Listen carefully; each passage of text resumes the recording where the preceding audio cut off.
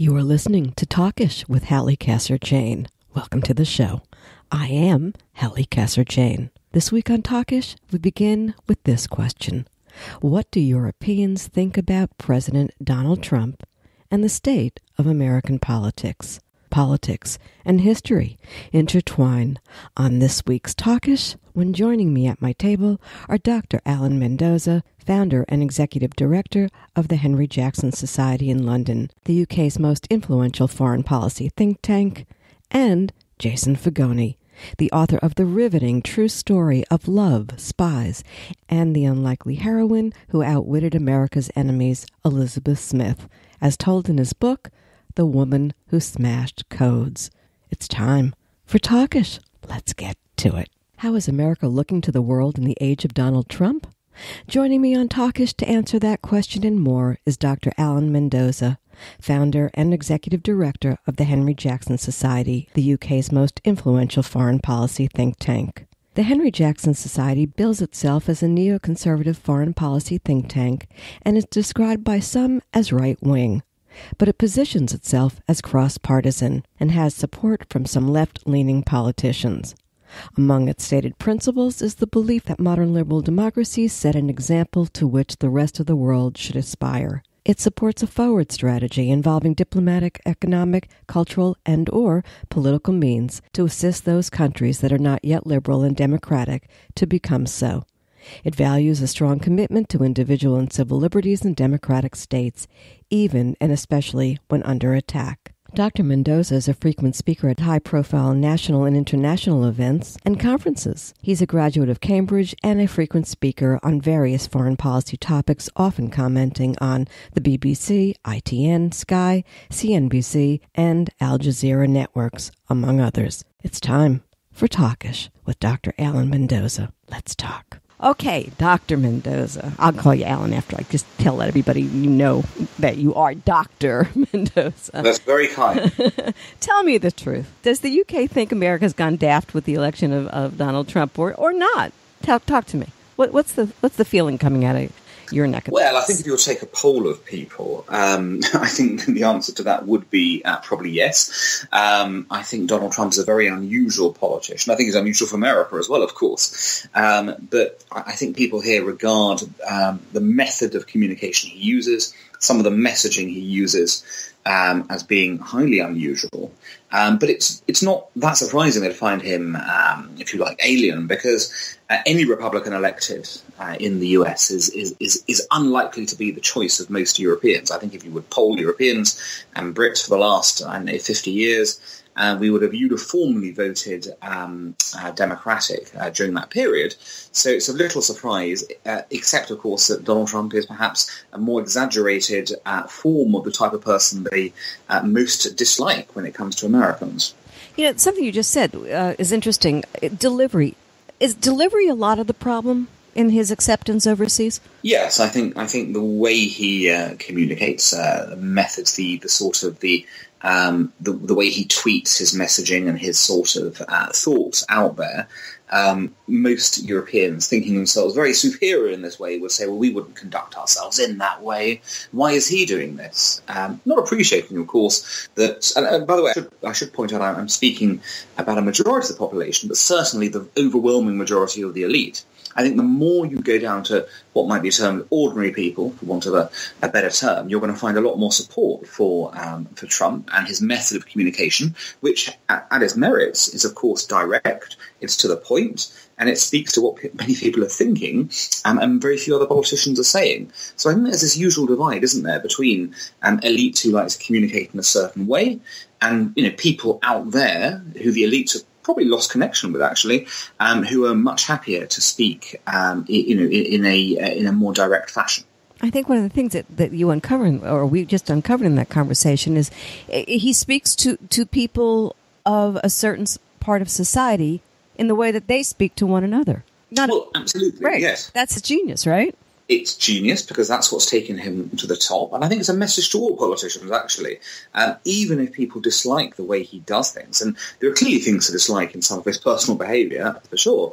You can't take away from the fact that he's reaching out to people who have been ignored for a long time in political discourse. But he couldn't win just with those people, of course. And the fact is he's obviously saying things that appeal to many more people than just that.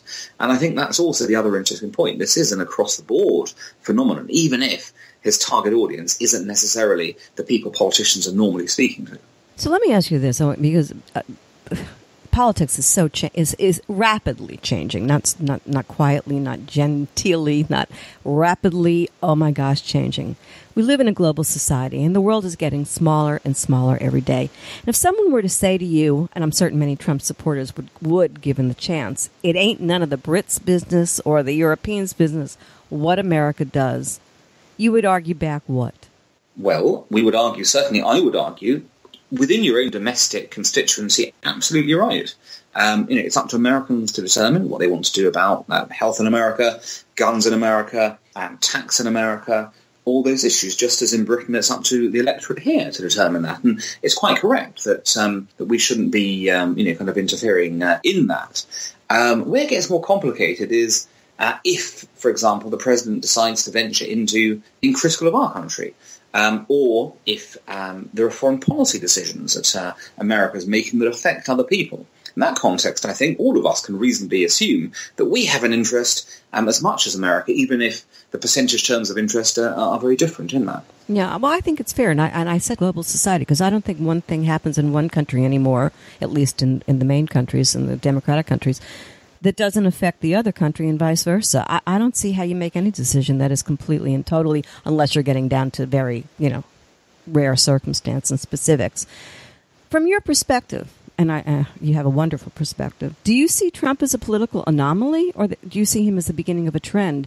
And if he is, what's the future of politics? What exactly is that movement toward? Where are we going? Well, I don't think he's an anomaly because we've seen populism of various kinds, or in fact direct communication of various kinds. I mean, there are questions about whether, in fact, Trump is a populist. There are all kinds of questions there. But certainly there are people who have been challenging the established way we've been doing things for the last 2 decades. I mean, arguably even longer. But I think that the big difference is it's not an anomaly because social media is the big sort of difference. So I think what's interesting about this is that with the rise of social media, with the added importance of that, we're going to see many more people communicating in a much more direct fashion. And so in a sense, I think Trump is a harbinger of a new era in politics, one where we have to get used to understanding how direct communication to individual voters has changed from leaflets through the door to what's happening on Twitter or Facebook or Instagram or things like that. And the implications that will have on our political discourse, on our societies, and how we will be working in the future. So I think it's he is the first of many. It doesn't mean that all politicians will have to act like this, but they'll have to be aware of how people are being communicated to, so that they can respond to that as well. Just as Trump, in a sense, was a reaction to Obama before him, I'm sure there'll be a reaction to Trump. Now, that reaction may not be the same kind of reaction that Trump was to Obama, maybe something different entirely. But there will be, the one thing we can be sure about is politics is not stagnant and things move on, and in 4 or 8 years' time we're going to see a very different set of circumstances, I think, in politics. But that will affect what goes on in the UK, what goes on in the US and other societies. Europeanizing of American politics. I hear that all the time. What do you think? No, I don't think that at all. Europeanization of America? No, absolutely. Everybody, yeah. It's the other way around. It's the Americanization of European politics, I think, is perhaps the way this is working. And what I mean by that is a more brash view of things. I mean, Europeans, if you look at what they tend to be consensual in their approach. If you've looked at most European countries, and Britain's included there, most of the time they elect parties that are narrowly to the centre-right or narrowly to the centre-left. Over a period of time. And it's very rare that you get someone who's going to disrupt that status quo, but we're seeing it more and more now. And I think you've had a string of events. You've had, obviously, the Brexit referendum, you've had Trump's election, a few other things have been shown that have shown, actually, that disruption is the order of the day. And Trump is a great disruptor. There's no question about that. And I think, disruption is going to be the key to this. But I think it's now the American model moving other countries in that way as well. Interesting. I want to argue with you in case of time. I'm not sure where I am on that one, but I'm going to think about it because I like what you said. Why would you say it's the other way around? Why would you? Well, because I think that you've always had. First of all, what's happening in America right now is we've always been a two-party system, and I think we're on our way to not being a two-party system anymore. Much like the UK, much like Europe, a parliamentarian system, which I think changes the way it creates segments. It's more segmented than American politics. You're either a Republican or a Democrat in America. And now I think that's not true. I think you're a Republican, a Democrat, and a very strong move to that center, to that independent party. And I think you're about to see maybe the Republican Party of the United States turn into something other than what it was, and maybe even to two other parties. There's such a breakdown between the old guard and the Trumpers. What are your thoughts? Well, that'll certainly be interesting, but I think there's one thing that will keep America, just as actually keeps Britain. That's our electoral systems. I mean, don't forget, our electoral systems in both countries, fairly uniquely in Europe and in the West, are first-past-the-post systems. I say fairly unique. I mean, a lot of former British possessions have had this system where, in a sense, you win a plurality of the vote in an area, then you're going to win the whole area. That's what happens in your congressional elections and your presidential elections as well, of course. And the same thing happens with ours. That militates against splits because small parties forming, or even large parties forming, have to win the plurality. It's one thing to win a plurality in several places, and quite another to do it across the country, which you would need to do for it to be an effective party. Yeah, that is true. Let's look at the issue of borders, immigration, the refugee crisis. The UK has its own issues with the subject, to be sure. Germany, oh my gosh, the EU. Security, such an unsafe world. I mean, look what happened in America today. So we get that. But immigration was the second reason on the list of why the UK voted for Brexit. You want to talk to me about this immigration issue and how you would see it affecting you guys and how you see it affecting us? And oh my gosh, it's right there, heart and center. Of course, it's there, and it's a big issue for Europe, full stop, and it's an issue for other Western countries as well. The issue being twofold, and in fact, there are two or three things working at the same time. Number one, we have obviously labour force issues in terms of being ageing societies and working out how to replenish our youthful populations. Now, an obvious way for that to do that would be for people in our countries to have more children. And you're better at that than we are, although you're going down as well in terms of numbers. So if you can't do it that way, you have to make choices. You either have to accept that there will be a narrower base of taxpayers who will be funding society, or you look to replenish the total with immigrants coming in.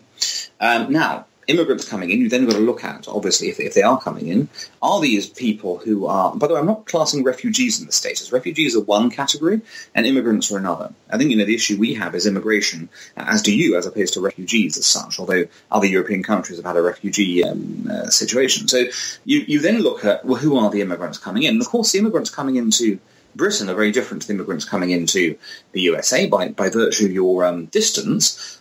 Hispanic immigrants tend to be the largest number who are coming in as opposed to people from the rest of the world, although you've obviously got those as well. For us, it's more former colonial possessions, people coming in that way, as well as, of course, Europeans as part of the European Union. Now, what's interesting is if you analyse Britain's net migration every year, you see around 650,000 people coming into the UK and around 300 or 350 leaving the UK every year, which leaves you with a net figure of 3 to 350 coming in. But what's interesting is that that's split equally between Europeans and non-Europeans. And in that referendum, people were not being honest about the immigration question and about what it would mean to come out of the European Union because they were told it would solve immigration. Immigration is an issue. But it can't solve immigration as an issue if half your immigration is already coming from places where Britain, in theory already, controls its immigration policy. So we have an anomaly there that people haven't properly understood and which the government's going to have, fun and game kind of dealing with as to how it's going to restrict immigration post-Brexit, when what will likely happen is that you'll see a fall in European immigrants, but a rise, or at least the same number, of non-European immigrants coming in. And I'm not sure that people voted on the basis of that as opposed to immigration full stop in that kind of area. I think for the US, there's a very different kind of set of principles working. You've got obviously the issue of the Mexican border, how that's sort of playing into your society. But in both societies, it's a question of how much societal change do we want from demography, and are we aware of what that's doing long term to the nature of who we are as countries. And I think that you're opening up a lot of questions with the one you've just asked. But I think it comes down to, can we assimilate or integrate large numbers of immigrants in the way that we have done in the past, or are they going to essentially transform the nature of the country they're coming into? And that, I think, has led to some of the reactions in both the US and Britain that have been anti-immigration. There's a lot here, and we couldn't do it all. I'll have to have you back because there's a conversation we could have. There's a lot there. Oh, so much. And, it goes back to World War II, when letting Jews in or not, or blah, blah, blah. I mean, there's a lot of stuff here. Well, no, let me stop you there, because it isn't actually, because the numbers are very, very different. The numbers are very, very different in terms of people coming into countries now compared to what used to be the case. Now, it's also different in that America is an immigrant society, fundamentally.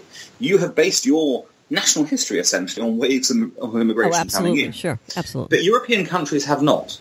And that's what's new. What's new to Europe is the fact that we are letting in every year 600,000 people to the UK, when if you consider that used to take a century of immigration to get that, we're now getting that every year. So that's a big difference between us, I think. And who's getting in there? Because, particularly, I told you I spent time in Germany. It's scary over there. There's nobody white. There is, in certain parts of that, I'm not joking about this, in certain parts of that country. In certain parts, yes. It is absolutely ridiculous what has happened, where they're taking schools, and they're brand new schools, and they're closing those schools down to Germans to give housing to people. And now these kids are like 75 and 100 in a classroom in another smaller school in order to support that. But, we can get into an argument about that at another time. But my point is that I want to talk a little bit about this, the migrant situation, and how that is scaring people all over the world, and particularly in this country. And what are the reactions that Trump has had to this, the complete closing down of, the anti-Muslim thing. And that brings up Prime Minister Theresa May, who, of course, I loved how she stood her ground with Trump. I haven't seen anybody do quite as well as she did it a couple of weeks ago when he went on his Twitter rant retweeting anti-Muslim videos from a far-right British group. A stream of criticism turned into a gusher, for gosh sakes, after Trump rebuked Prime Minister May in a tweet. What did he say to her? I have the quote here. Let me look it up. Here it is. Theresa, yes. Don't focus on me. Focus on the destructive radical Islamic terrorism that is taking place within the United Kingdom. We're doing just fine. As the Supreme Court just went along with his acute Muslim ban. I don't have a problem. I think he's right that we have to watch our borders and we have to close some of this down and yada, yada, yada. All that's true. It's his delivery again. It's his smackdown. He's it's his WWE, the World Wrestling, in their face. Doesn't nuance have something to do with how every leader should lead a country, right? Well, it's delivery again. That's a key point. I mean, firstly, look, you want to talk about that incident. What was the president of the USA doing retweeting a far-right group, essentially? What was he doing that? Now, he says he didn't know what they were. Don't you think you'd just take a moment to just check it out for 1 second before doing that? As I said before, it would be rather like, the Prime Minister here deciding to retweet the Ku Klux Klan, essentially, and saying that this is a valid source to tweet. And the second issue, of course, was that it turned out the things he was retweeting weren't even real. So the descriptor on, the videos didn't reflect actually what was in the video. The videos were violent videos and unpleasant videos, but they weren't what was said on them. Now, again, if the president wanted to make a big thing about radical Islam, which he wanted to do, and he's right to make a big thing about radical Islam, because it is a threat to our societies, this is probably not the best way to go about doing this. In fact, it's sort of damaging to the cause. What he should be doing is taking reputable information from reputable sources, from people who aren't from the far right, who are centrists, who have a real experience of this situation perhaps, and putting that out there. And if he did that, he would not receive the same amount of criticism from people because it would be measured and calm, and he'd be making a serious point with a serious source and with a serious understanding of the issue. But Alan, what I was going to say to you is I just wanted to throw in the point. He has retweeted Ku Klux Klan and white supremacists all the time. And the question then becomes, a president, the leader of the free world, if you will, should know better. And why doesn't he? And that's scary. Well, I think a lot of it comes down to twofold. Number one, the Twitter bubble he lives in, where you follow 45 people. You're not really going to get a whole sense of a wide-ranging spectrum of views. And the second is clearly, as a lot of people have said, why is a president, being able, or why does he feel that he should do this repeatedly? Go onto Twitter early hours of the morning, whenever it is, with no one around him to kind of monitor him, and just go and retweet things. It's silly. And of course, the third aspect is, unless, of course, he's doing this on purpose, in which case you have to question why would he be doing it on purpose, and maybe there are reasons he is. But, that's obviously for him to answer. And so how does all of this affect our relationship between your country and my country? Well, on the one hand, it doesn't at all, because the relationship between our countries are obviously very, is a very long and established relationship that has also got institutional connections through intelligence, through military, areas like that. So you've got already, a good basis for support. There's a lot of goodwill on both sides towards the peoples of each country. And also, Donald Trump will not be the first president who's been disliked by, sort of large numbers of Brits. George W. Bush, for example, when he was in office, was disliked by large numbers of Brits, but that didn't hurt the relationship at all because, in fact, arguably, we were very close because of Tony Blair and Bush standing together in the war against terror. So I think it's more about, as always, finding areas where we have common interests, where we want to work together, because history has shown over the last 80 years that the best guarantor of international security is the American-British relationship. That is what has helped guard and safeguard world peace for that period of time. So what are you and the Brits thinking about the Mueller probe into the President Trump and the indictment of Mike Flynn and the others?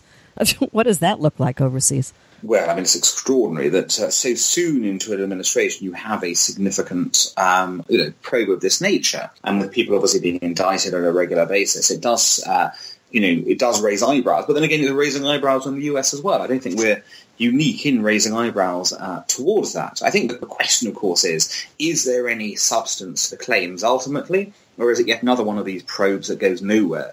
I don't think anyone wants to prejudge the outcome of what's discovered there.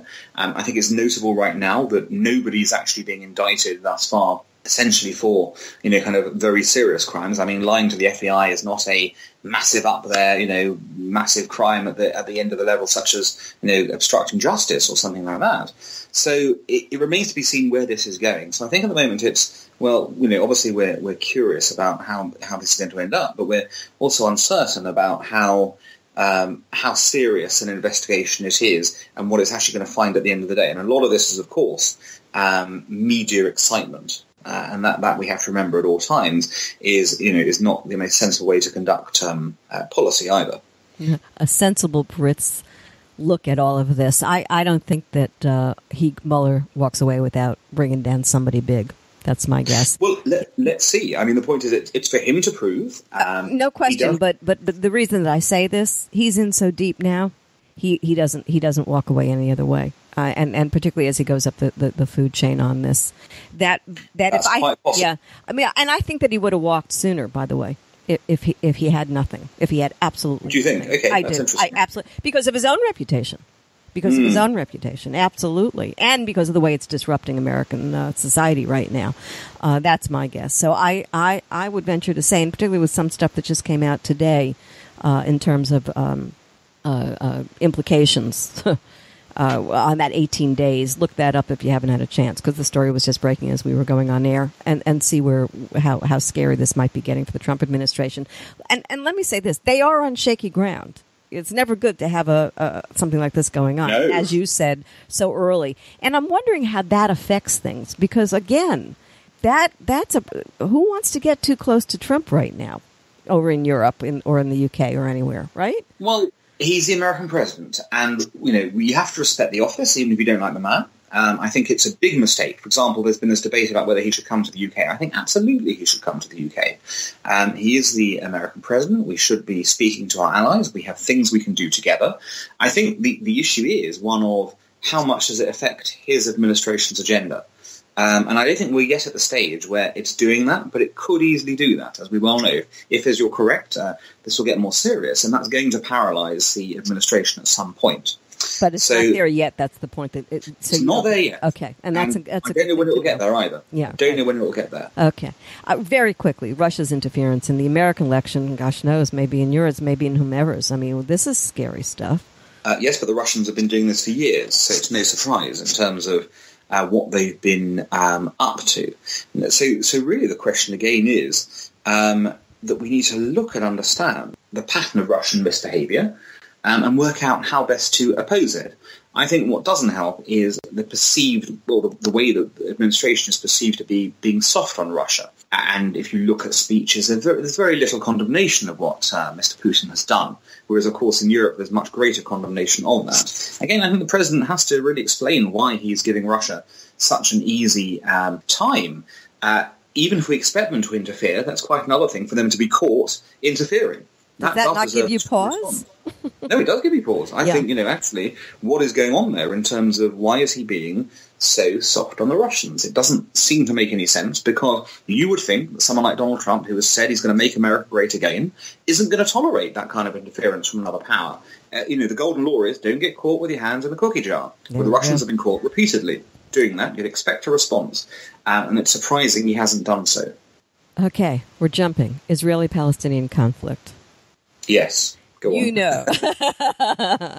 You know that President Trump recently, I'm going to say, re-recognized Jerusalem as the capital of Israel? Absolutely. Thank you, right? Absolutely right. You and I would get a lot of flack for that, but it is what it is, the fact. So, by the way, that's all he did. That's all that he did. Nothing changed. The embassy doesn't move. Passports don't change, where they're from right now, right? The world goes crazy. Where there's going to be violence, there's going to be uprising. Okay, yada, yada, yada. Devastated by... This is just... Why is Israel always the one so mistreated? Where else would you tell a country? What other country would you say, sorry, you don't have control over who your capital is? This is so crazy. But what's even more crazy is I think that Trump just proved something, because there wasn't a lot of, rebuke from the Palestinians in the way that he thought, or some feared there might be. Is this going to affect an agreement between the two parties, or did this just take off one of the issues and put it where it belonged, and we move forward, and maybe it cleans it up so that we can find some kind of common ground here? Well, this is the point, isn't it? I mean, here we go. We're being told constantly by people this is going to destroy the peace process, and it's going to, kind of fundamentally put things back, a decade or more. You know what? Look around for 1 second. What peace process? There is no peace process right now. Zero peace process. So we're not disrupting anything at all. Secondly, this is an acceptance of a reality, the reality that since 1949, Jerusalem, in one form or other, has been the capital of Israel. And who are we to say to a democratic ally, this is not your capital? No one here in this move, including the administration, has said this is prejudging the fact that maybe one day it will be the capital of a Palestinian state as well. But whatever happens in that final deal, if it ever comes, we can be certain of one thing. Jerusalem in that final deal will be the capital of Israel still. So why don't we just get on with it, acknowledge reality, and go forwards? And tied to that is the issue. The Palestinians have been the one for a number of years now who have failed to come to the table or failed to sign deals. It's about time there was some consequence for their actions in doing so.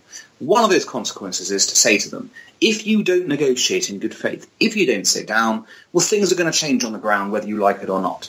And this should be the biggest sign for the Palestinians to get back around that negotiating table as quickly as possible before something else happens they might not like as well. Here's the other thing I want to make very clear.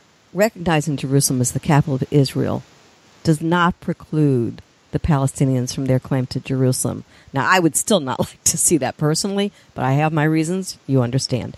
But I think you have to lay this all out for people to really understand.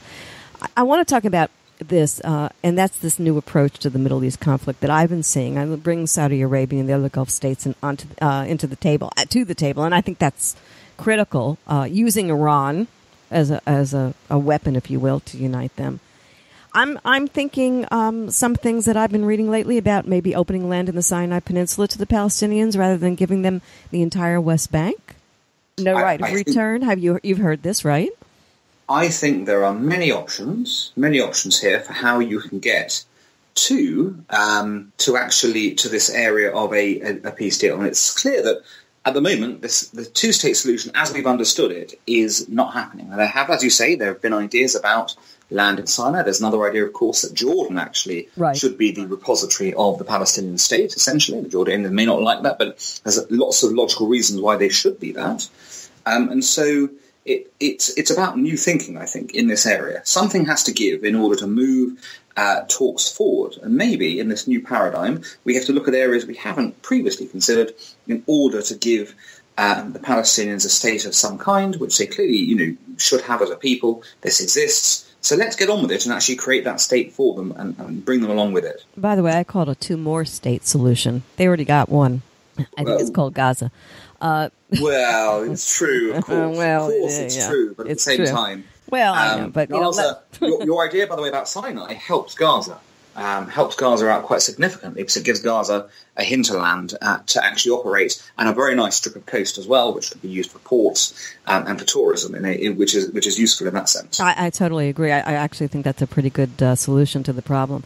But some people have to leave the political stage, I think, in order to truly move it forward. Bottom line, love having you here. Thank you. In your opinion, is President Trump more helpful or more harmful to the world at large? And the relationship between the U.S. and the U.K. in a political and potential security sense, is it going to be okay? Or is it harmful? And if harmful, is the damage of this presidency rendered thus far irreparable? No, I think what we've got here is it really is too early to tell at this moment in time.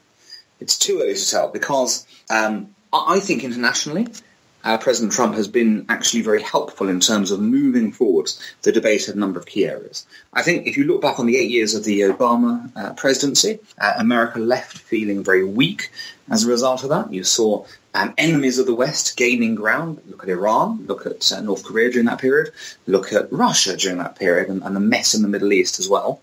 Whereas allies felt slighted and ignored. And there's no question that Obama consciously presided, and I say consciously presided, over a decline in American prestige and decline in American effectiveness as to what was going on. So you have already an interesting dynamic at play. What Donald Trump has done since he's come in is said there's a new sheriff in town. He may have unorthodox methods. He may shoot from the hip at times. But actually, America's back on the world scene. It's there, and I don't believe Donald Trump's an isolationist at all. I believe, he may be an America firster in the sense of thinking about America's view, but what's wrong with that? All countries think of their view first. It just so happens that I think he's realised that America's view first coincides with the whole liberal international order in the same way. So, when I see him act around the world in different ways, I think it's positive, and I think that he will provide more solutions than problems and will put the bad guys back in their boxes. Thank you, Dr. Mendoza. Nice to have you here. A delight to be with you. Thank you so much. I've been speaking with Dr. Alan Mendoza, founder and executive director of the Henry Jackson Society. For more information on the Henry Jackson Society and Dr. Mendoza, visit henryjacksonsociety.org. You are listening to Talkish with Halli Casser-Jayne, the Halli Casser-Jayne Show. My guests today are Dr. Alan Mendoza, founder and executive director of the Henry Jackson Society, and Jason Fagone, the author of The Woman Who Smashed Codes.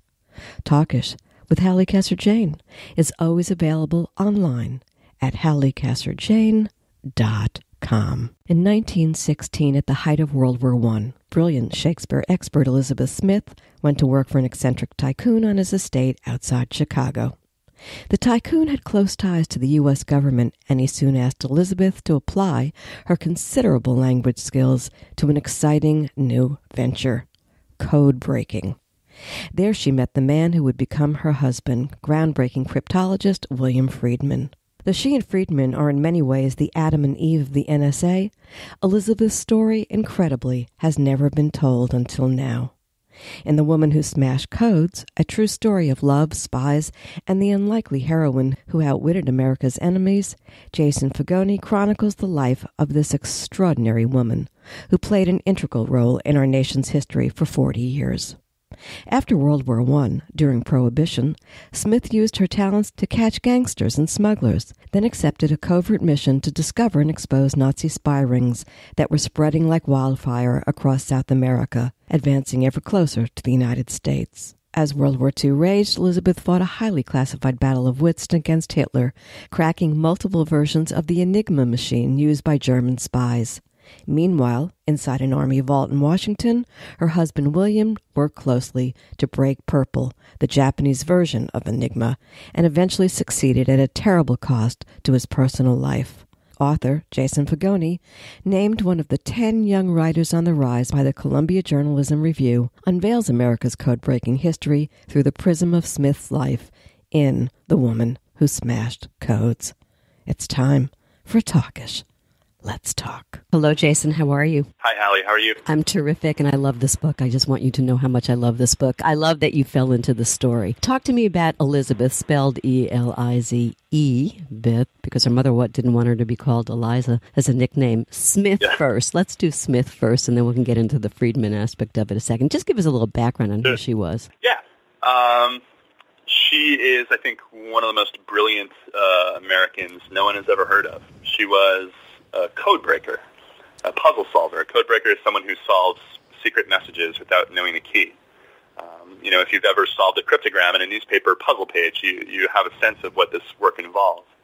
And she was just doing it at kind of a more sophisticated, higher level. And she used her code breaking ability to do a number of things that altered the shape of the 20th century. One thing she did was she helped invent the modern science of code breaking that still drives our intelligence agencies.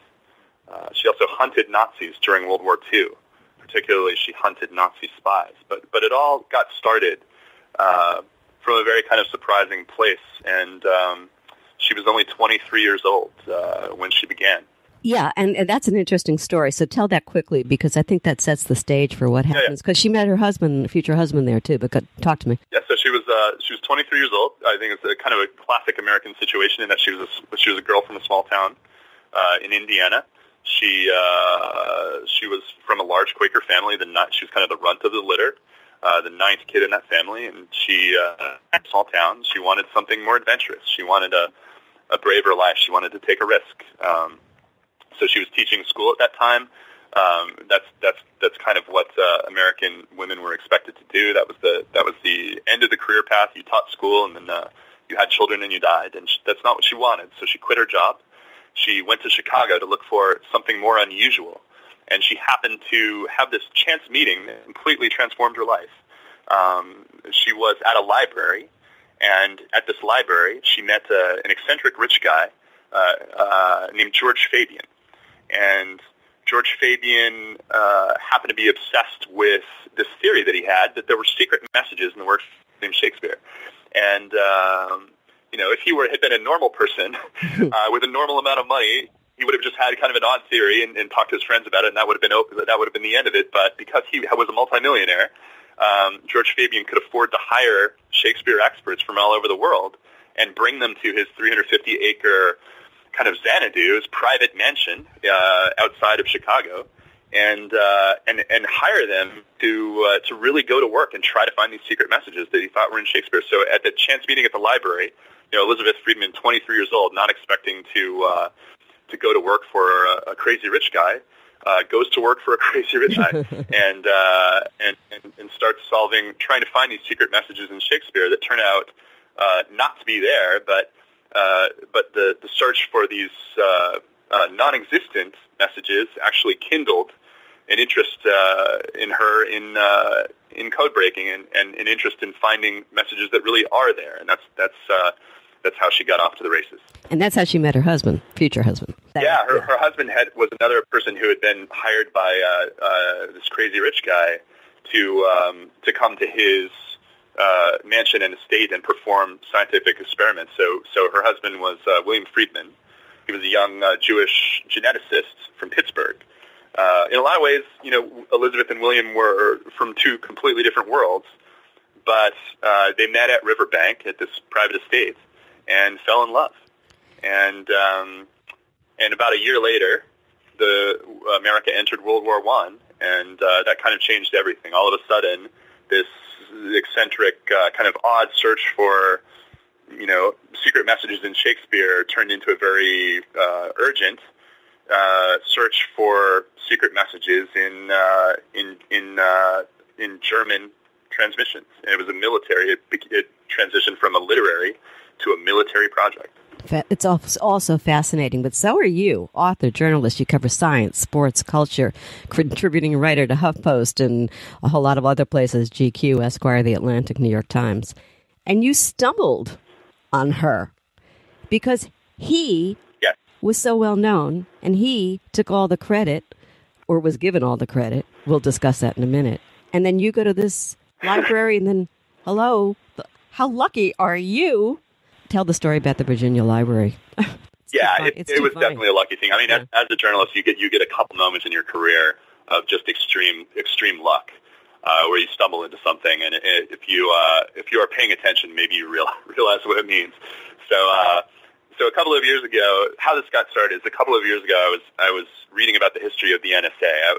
After the Edward Snowden revelations, I was interested in the NSA. I was reading about where this agency came from, how did it get started, how was it born, and that led me to the website where the personal papers of William Friedman are kept, and yes, there was a lot there about William Friedman. He was a very famous man, considered to be the godfather of the NSA, and there was a little bit about Elizabeth, and said that she was also a code breaker, and I thought, husband and wife breakers, that's pretty interesting, and I thought there had to be more about her, and there really wasn't a lot. I went looking, and there just wasn't a lot there, and so I got curious. I wanted to know, and that's kind of how it began for me. I started digging, and 2.5 years later, it was like a 2.5-year obsession for me, just hunting for any trace that she had left behind. And I got the feeling in reading the book, and tell me if I'm, part of you really fell in love with this woman, really liked her, really respected and admired her, and really, I think you came to want to, hey world, we missed one. Here's a great lady to know. Yes? Yeah. Well, I think that any time as a writer you are spending that much time, with the materials of a subject. I mean, there were so many letters that she left in her archive that are just wonderful. I mean, her voice on the page just leapt out and grabbed me. It was, funny, warm, witty, sometimes bitingly sarcastic. I mean, she could put somebody on blast in a letter 100 years ago that was just savage to read. And I think anytime you are, learning about somebody like that as a writer, you have to really like the person, and you do come to like them as you come to know them better. And yeah, Elizabeth was, I admired her for a lot of reasons, but I think at the end of the day, I admired her for her honesty, because this was just a person who had a temperamental aversion to BS. She just could not abide BS in any form, and she was somebody who wanted to find truth, and she was not willing to lie ever. She was not willing to lie to other people, and maybe most importantly, she was not willing to lie to herself. She had gotten her start watching people around her kind of deceive themselves that these messages in Shakespeare were really there when they weren't. And I think as humans, sometimes it's pretty easy to delude ourselves into seeing something that we really want to be there.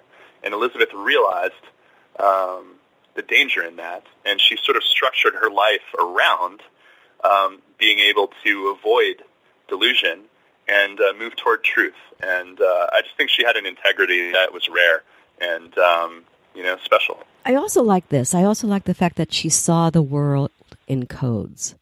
Codes, according to her, were everywhere we look. Didn't that fascinate you? Did it teach you anything? Did it open your eyes? Did you start looking at the world in terms of codes while you were working on this? Absolutely. Well, so I had probably assumed before I started reading about Elizabeth and learning about her that that codes and ciphers and code breaking, that this was some kind of very obscure, elevated technical world, totally apart from the world that I live in, that I could never have any access to or learn about or know anything about. What I realized reading Elizabeth, the things that she wrote, what she left behind, is that that's not true at all. Codes and ciphers, and she said this over and over all through her life, are everyday things. Whenever she spoke to an audience about her work, she started by pointing out that everybody in the audience knows what a code is. We all know what that is. So your kid's report card is a code, right? A is good, F is bad. Paul Revere's ride, 1 if I land, 2 if I see. That's a code. Ciphers are slightly different, but we all know what those are too. Those are your cryptograms in the newspaper puzzle page, or if you were ever in elementary school and you had a crush on a classmate and you would write your little secret message on a sheet of paper, and A equals B and B equals C and C equals D, and you would write, do you like me, yes or no, and you would fold it up and pass it across the room to your crush. That's a cipher.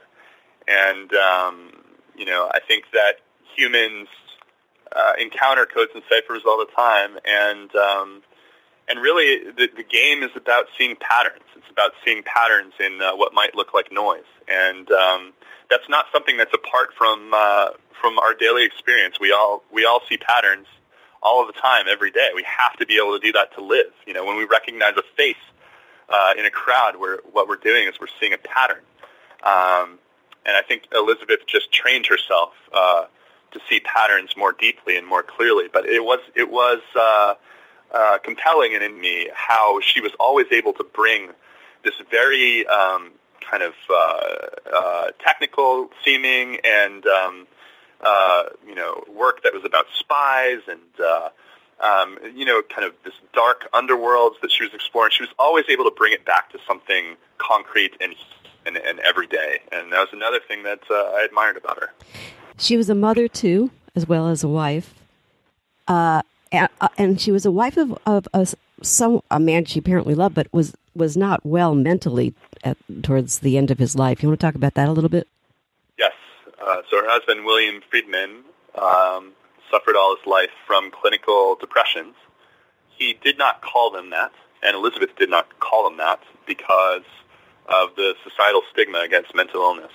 So Elizabeth, all her life, referred to William's downswings or mood swings, she called them.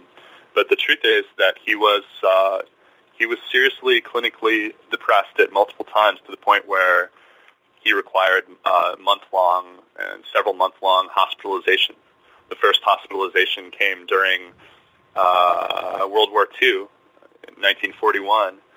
After William and his team had just put in months of intense effort breaking a Japanese cipher called Purple, and he had a nervous breakdown and admitted himself to the mental wing of Walter Reed Hospital, and Elizabeth would visit him there and see this famous husband of hers just sitting in a room full of 20 other disturbed mental patients, and it was a burden on their marriage. It was a strain. It was very difficult. I think particularly for Elizabeth to balance all of these things. She had to balance a very tough and intense job, her code-breaking duties, with caring for an ill husband, and at the same time being a mother to 2 young children. She had a son and a daughter, and I think at times she struggled with the intensity and the burden of it all. Yeah, and I think it's important to point that out, because we're in the 21st century now. Maybe some things seem a little easier for women. I don't think they really are, but they may seem a little but there she is, a woman trying to have it all and do it all. Quite the role model, particularly for her day, when it wasn't that way. Which gets me to this, because it's so emblematic of so much of women's history. And powerful men started telling this story. They left her out. Which just, oh my God, right? And one man's name in particular, I mean, I'm just possessed and obsessed with J. Edgar Hoover. And here we are, sexism, secrecy. They were the enemy of what you call Elizabeth's truth. Talk to me. Yeah. Well, it's like it's the story of men and women in a lot of ways, right? It's like women do the work and men take the credit. And J. Edgar Hoover was a particularly pointed example of this. So Elizabeth, during the Second World War, became this Nazi spy hunter. Essentially, she served as Hoover's secret weapon in the hunt for Nazi spies. Hoover and the FBI had no code-breaking unit. They had no code-breaking expertise, and they had no ability to break codes, to do this essential work of intercepting the Nazi spies' radio messages and figuring out what the Nazis were saying to each other. They were blind. And so they relied on Elizabeth and her code-breaking team because Elizabeth and her code-breaking team had the experience working on the rum runners during Prohibition, and they were just really good at it. So Elizabeth was the technical engine. She monitored 50 of these Nazi radio circuits for Hoover and for others. She gave the solved messages to the FBI and to Hoover that allowed the FBI to be able to track the Nazi spies on the ground and eventually arrest them. And then after the war, J. Edgar Hoover claimed credit for it all. He said the FBI had done the code breaking, which was a lie. But Elizabeth was not able to say anything about it because all of her war records were stamped top secret ultra and taken to classified government archives. Like today, I went into the archives and looked at all our records, and they all have this very imposing classification stamp on the top secret ultra in black. It's unmissable. She was not able to put her hand up and say, hey, I did this. And so Hoover kind of was able to create this myth and steamroll her. And this myth that the FBI did all of that work, all of that heroic work of smashing the Nazi spy invasion, as Hoover called it, has survived even today. Even today, when you read books about the FBI or about the Nazi spy hunt during World War II, they tend to credit Hoover, and it's just not true. It was Elizabeth who was in a lot of ways the key player.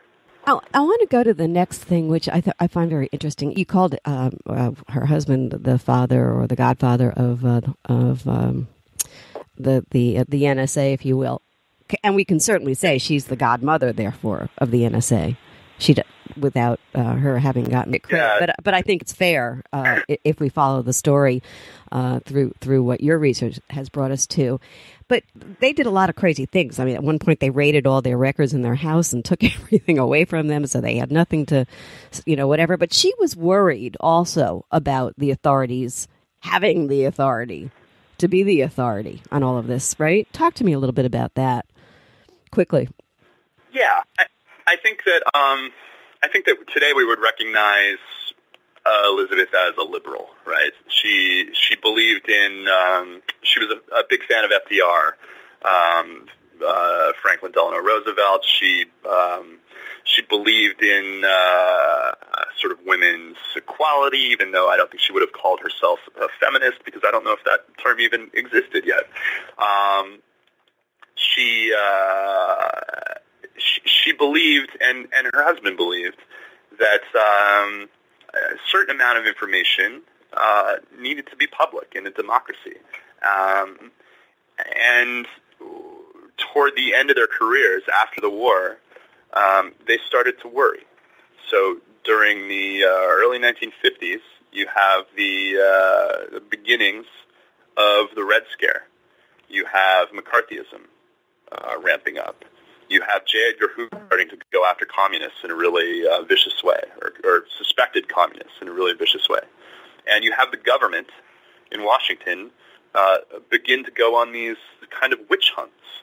And secrecy rules became hardened and toughened. And that really concerned Elizabeth and William Friedman. And it got to the point where William was one of the creators of the NSA and one of the sort of early officials at the NSA. But as the 50s went on and the NSA grew, he started to become concerned that NSA was keeping too many documents classified and secret. And so he became increasingly estranged from the government. And it all came to a head one day in 1958 when the NSA sent multiple agents to the Friedman's own personal home. And they took out dozens of their personal papers and letters in a truck, in boxes in a truck from the shelves of their own private library, and it enraged them. Right. They were being treated like a security threat after doing all that work. Right. Sorry, I have to cut you off. Our time is running out, but I do want to say this to you. What would she and he think of the activities of the NSA today? Let's leave it there. Everybody read the book. It's terrific. The Woman Who Smashed Codes. Thanks. The author, Jason Fagone. Thanks, Jason. Yeah, thanks. I appreciate it. Bye-bye. I've been speaking with Jason Fagone, the author of The Woman Who Smashed Codes, a true story of love, spies, and the unlikely heroine who outwitted America's enemies. For more information about Jason and his book, visit jasonfagone.com. Thanks so much for tuning in to Talkish with Halli Casser-Jayne, the Halli Casser-Jayne Show, a production of Resec, LLC. Be sure to tune in to Talkish Wednesdays, 3 p.m. Eastern, when new podcasts are posted at HalliCasser-Jayne.com. We're always available 24/7.